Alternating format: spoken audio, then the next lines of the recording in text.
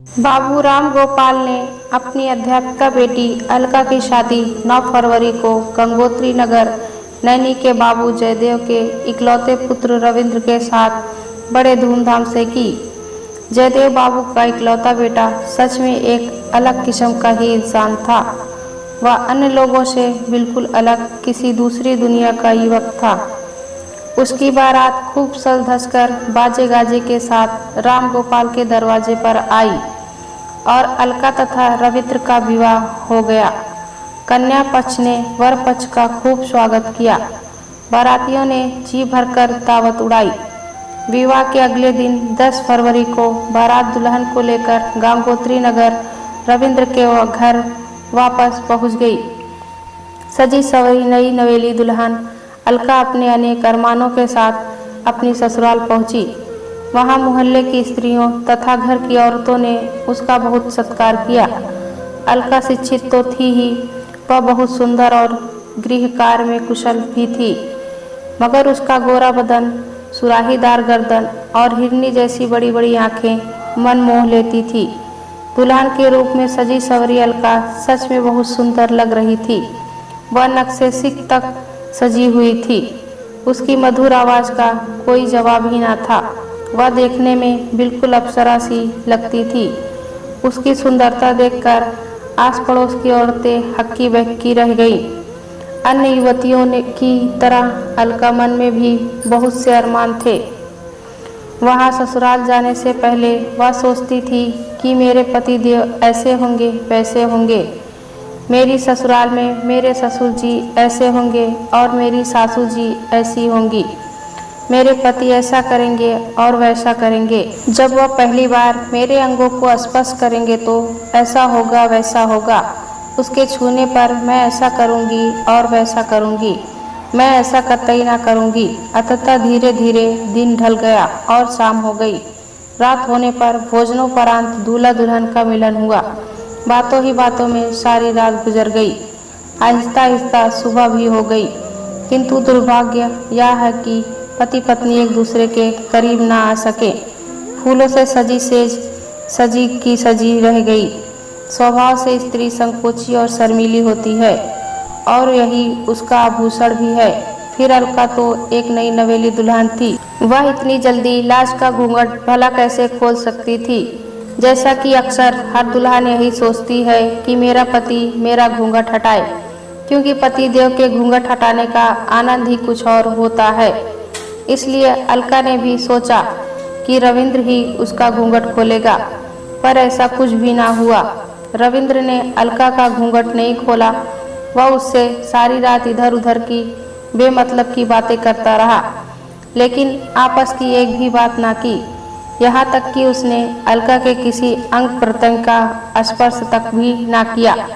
समाज ने उसे जो बड़ा ही महत्वपूर्ण अधिकार दिया था वह उसे बिल्कुल भूल गया। उसने उसका तनिक भी इस्तेमाल नहीं किया। रविंद्र उससे एकदम विमुख ही रहा। वह उसकी ओर बाल बराबर भी आकर्षित ना हुआ, मानो उसका सारा जोश मर चुका था। उसने अपना दायित्व निभाना जायज ना समझा। लगता है अलका से मिलकर उसे कोई प्रसन्नता ना हुई, उसके दिल में कोई हलचल ना हुई। वह लेश मात्र भी रोमांचित ना हुआ, मानो वह कोई जीवित प्राणी नहीं बल्कि एक मुर्दा हो। वह एक निर्जीव लाश की तरह उसके पास पड़ा रहा और इधर उधर की हाँकता रहा। अलका एक पढ़ी लिखी शिक्षित युवती थी। वह एक शिक्षिका थी। उस समय अलका ने बस यही सोचा, हो सकता है मेरे पति देव भी संकोची स्वभाव के हों, अतएव कोई बात नहीं। उन्होंने आज मुझे स्पर्श नहीं किया तो क्या हुआ, आज अपने और मेरे बारे में कोई बात नहीं किए तो ना ही सही, अभी ना सही मगर 2-4 रोज बाद उनका सारा संकोच खत्म हो तो ही जाएगा। तब हम दोनों बेझिझक एक दूसरे के निकट आ जाएंगे। जो काम धीरे धीरे और कुछ देर से होता है वह टिकाऊ होता है। जल्दी का काम शैतान का होता है। जब मैं इस घर में आ ही चुकी हूँ तो जल्दी करने की क्या ज़रूरत है। कोई कहीं जा थोड़े ही रहा है। अलका ने यह भी सोचा, मेरा पति निहायत ही संकोची और धैर्यवान है, इस पर मुझे गर्व महसूस होना चाहिए। वह ना तो जल्दबाज है और ना ही जल्दबाजी करने वाला है। यह सोचकर एक ओर अलका को गर्व महसूस हो रहा था, तो दूसरी ओर अपने अत्यंत निकट होने भी उसे अपने से कोसों दूर देखकर असहनीय मर्मांतक पीड़ा भी हो रही थी। रविंद्र ने अपनी नई नवेली पत्नी के साथ ऐसा कुछ भी ना किया जो एक पुरुष अपनी नवविवाहिता पत्नी के संग अक्सर करता है। अलका की उस वेदना का अंदाजा लगाना बहुत ही कठिन है। तदंतर सवेरा होते ही बातों में अलका की देवरानियों और जेठानियों को मजाक मजाक में ही पता चल गया कि उसकी काली रात रंगीन होने के बजाय काली ही काली रह गई। रविंद्र तो किसी काम का नहीं है, मुझे स्पष्ट करना तो दूर, उसने मेरे बारे में कोई बात तक नहीं की। अलका ने हास परिहास के बीच में ही उन्हें खुल्लम खुल्ला बता दिया कि उसके मरदूद पति ने अभी तक उसे छुआ तक नहीं। इसके चलते अपने सभी अरमानों का गला घोटकर वह सारी रात करवटें ही बदलती रही। इस तरह 2-4 दिन और गुजर गए। फिर पखवाड़ा और महीना भी गुजर गया।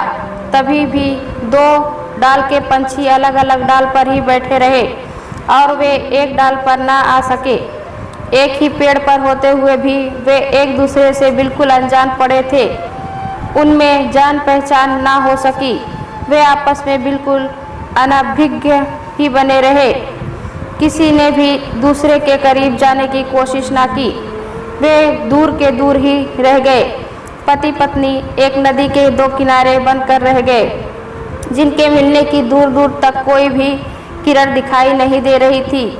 कितना विचित्र है कि एक के पास दूसरे के निकट जाने की सामर्थ्य न थी और दूसरे के पास लाज का पर्दा था।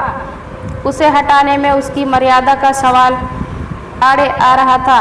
इसी ऊहापोह में ना उसके मन में ही आपस में मिल सके और ना तन ही मिलकर एक हो सके। यह देखकर अलका के मन में तरह तरह के विचार पैदा होने लगे। उसकी उलझनें बढ़ने लगी। वह इधर जाऊं या उधर जाऊं की हालात में फंसकर रह गई। उसका माथा ठनकने लगा। वह समझ ही नहीं ना पा रही थी कि अब मैं क्या करूं। विवाह के 1 महीने बाद अलका के भाई और पिता गंगोत्री नगर रविंद्र के घर गए और दूसरे दिन अलका को विदा कराकर अपने घर वापस ले गए। इसी तरह अलका जब अपने मायके वापस गई तो वहाँ भी सहेलियों ने बातों में उससे यह राज आखिर का उगलवा ही लिया। अलका ने बड़े भारी मन से उन्हें सारी आप बीती सुना दिया।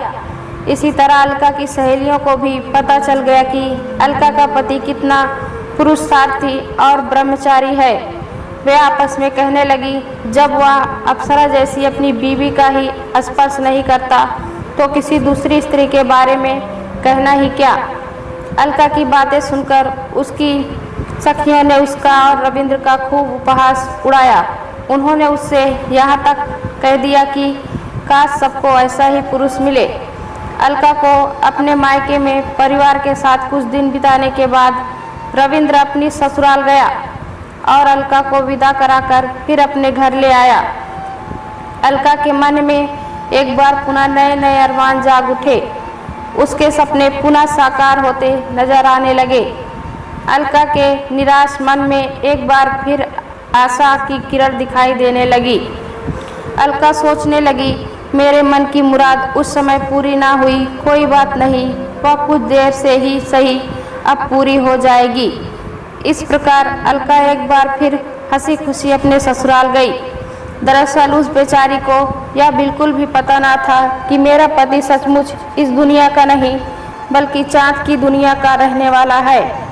अलका ने सोचा, पति देव का जो दुलार और प्यार पहले नहीं मिला वह अब मुझे अवश्य मिलेगा। आखिरकार मेरा पति भी तो एक मनुष्य ही है, कोई देव नहीं। मानवीय कमजोरियां इसमें भी होंगी। यह भी इसी समाज का अंग है, किसी चाँद की दुनिया का नहीं। यह कोई पत्थर का थोड़े ही बना है। मेरे हिस्से का जो प्यार इसने मुझे मिलना है उसे भला कोई कैसे रोक सकता है। वह एक न एक दिन मुझे जरूर मिलेगा। घबराकर अपना धैर्य खो देना नादानी है, साहस विहीन होना अक्लमंदी नहीं है। समय चक्र तीव्र गति से चलता रहा, दिन निकलता ढलता रहा और शाम होती रही। शाम होने के बाद रात्रि भी आती जाती रही। आजकल का इंतजार करते करते 1 महीना फिर बीत गया। अलका प्रतिदिन श्रृंगार करके बनती संवरती रही। अगर कोई स्त्री चाहे तो वह किसी देवता को भी पलक झपकाते ही उसके धर्म से डिगा सकती है, लेकिन किसी मुर्दे में जान डालना किसी ललना के बस की बात नहीं। अलका भी तरह तरह से सज धज कर रविंद्र को रिझाने की जी तोड़ प्रयास करती, मगर उसका पति रविंद्र इतना घात था कि वह हरगिज पिघलने वाला ना था। वह तनिक भी ना बदला, मानो उसने अलका से एकदम दूर रहने की कसम खा ली थी। इसी तरह ना तो रविंद्र ही अलका को कुछ समझ सका और ना तो अलका ही उसे समझ पाई, बल्कि यूं ही समझ सकते हैं कि पति और पुरुष नाम पर वह एक बड़ा धब्बा था, लेकिन उसे इस बात का तनिक भी ज्ञान ना था। उसके अंदर लेश मात्र भी किसी प्रकार का जोश ना था। वह बिल्कुल निरुत्साही और कमजोर व्यक्ति था। उसे एकदम उत्साह विहीन और विमुख देखकर अलका के धैर्य ने एकदम जवाब दे दिया। सहनशीलता की हद पार करते होते ही वह बिल्कुल अधीर हो उठी। धैर्यशील व्यक्ति का धैर्य समाप्त होने पर वह कुछ भी कर सकता है। इसके लिए वह किसी भी हद तक जा सकता है।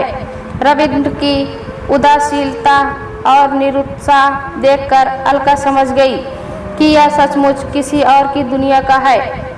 अब इस मर्दूत के साथ मेरा गुजर बसर होना बहुत ही मुश्किल है। यदि यह पुरुषत्वहीन है तो इसे विवाह करने की क्या जरूरत थी?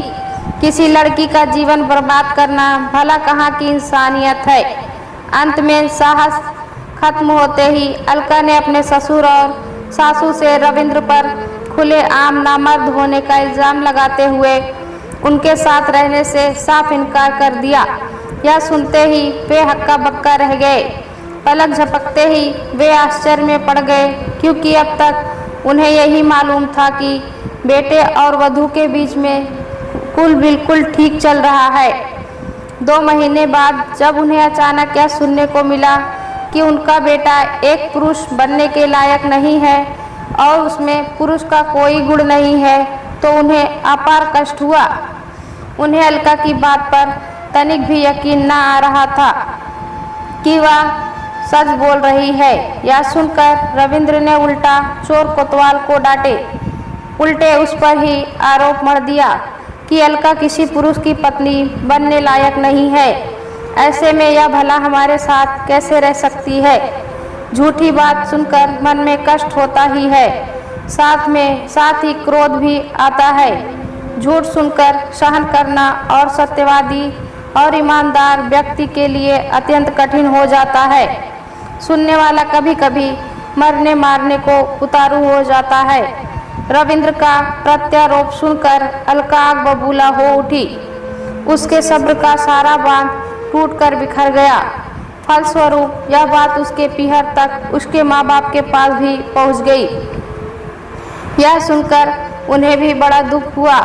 उनकी हालत ऐसी हो गई मानो उन पर पहाड़ टूट पड़ा। उनकी सारी खुशियाँ फुर्र हो गई। उनके मुंह से आह निकल गई। वे पछाड़ खाकर गिर पड़े।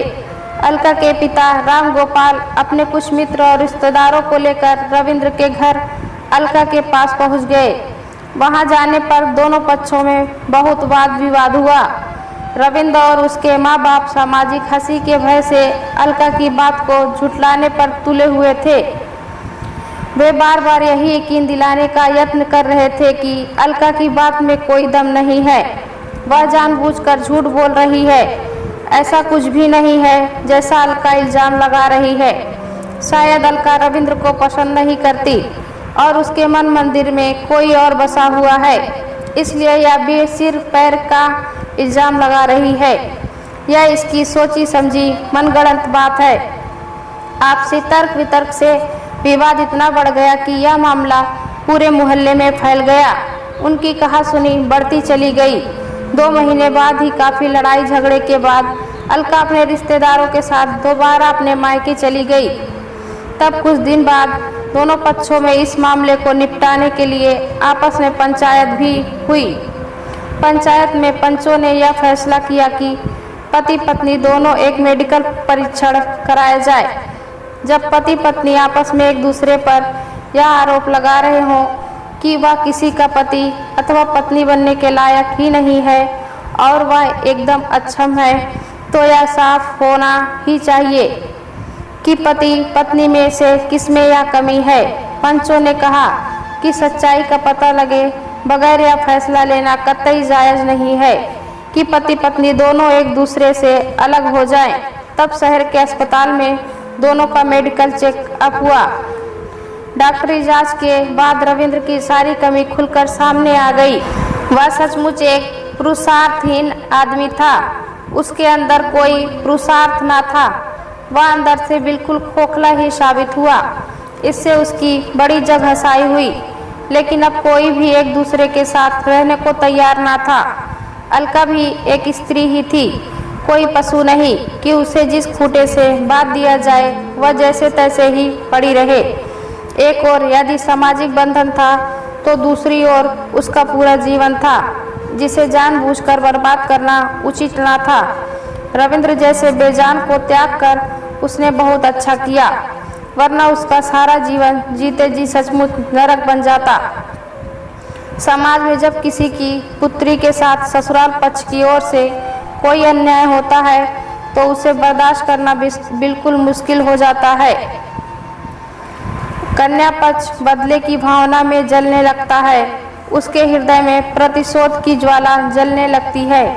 वह वर पक्ष से बदला लेने के लिए वह महिला उत्पीड़न और दहेज विरोधी कानून का सहारा लेकर उसे सबक सिखाने को व्याकुल हो जाता है।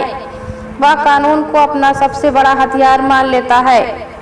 हालांकि क्रोधावेश में विवेक से काम ना लेकर वर पक्ष के खिलाफ ऐसा अनाप शनाप कदम उठाना सरासर गलत है। हमेशा सच्चाई को सामने लाने का प्रयास करना चाहिए। अलका का दुख जब उसके माता पिता से सहन ना हुआ तो उन्होंने अदालत में जाकर फरियाद की कि दहेज में कार ना देने पर मेरी बेटी अलका के ससुराल वालों ने उसे घर से निकाल दिया। रविंद्र का परिवार विवाह से पहले ही दहेज में कार मांग रहे थे, जिसके ना देने पर उन्होंने अलका को घर से बेघर कर दिया। परंतु सुनवाई के दौरान अदालत में जब अलका का बयान हुआ तो तनिक देर में ही सारी सच्चाई खुलकर सामने आ गई।